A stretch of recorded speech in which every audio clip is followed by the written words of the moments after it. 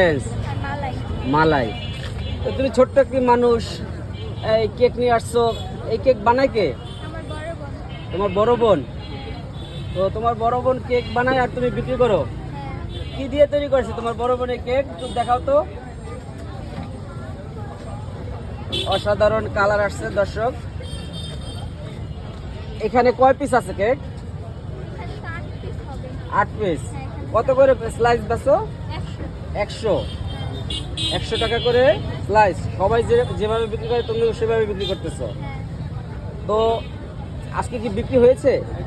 হইতেছে। হইতেছে। তোমাকে কেউ চেনে না, যার কারণে আসে না কাস্টমার। হ্যাঁ। আচ্ছা মির্জা, এই যে জাকিরের কেক খাইতে আসে সবাই, তুমি ছোট্ট একটা কিউট বাবু, তুমি কেক বিক্রি করতেছো, তোমার কেক খাচ্ছে না কেন? ভাইরাল হওয়া তাই? হ্যাঁ, হ্যাঁ। আসলে কেক ভালো বেশি বিক্রি হয়। মিজান ভাই কেক অনেক বেশি ভালো লাগে। তুমি কখনো খেয়েছো তাদের কেক? খেয়েছো? তোমারটাও তুমি খেয়েছো? কোনটা বেশি ভালো লাগে তোমার কাছে? দুইটাই ভালো লাগে। দুইটাই ভালো লাগে। চালাক আছো তুমি, তুমি চালাক অনেক।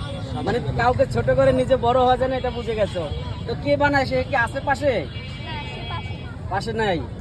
তো যে বানায় তাকে একটু দেখার দরকার ছিল। যাই হোক দর্শক, আপনারা যারা দেখছেন ছোট্ট কিউট বাবুর কেকটি কেমন লাগে সেটা আপনারা একটু দেখবেন, এসে একটু খেয়ে যাবেন। সবাই যদি কেক খান, তো এই আপুর কেক খাইলে সমস্যা কি? অনেকে তো কেক খাচ্ছেন নাকি? তো তোমার কেক খাওয়ার জন্য কোথায় আসবে আপু?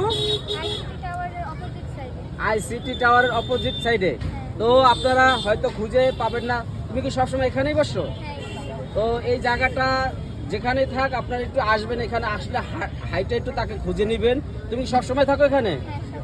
তো ভালো থাকো আপু। হ্যাঁ।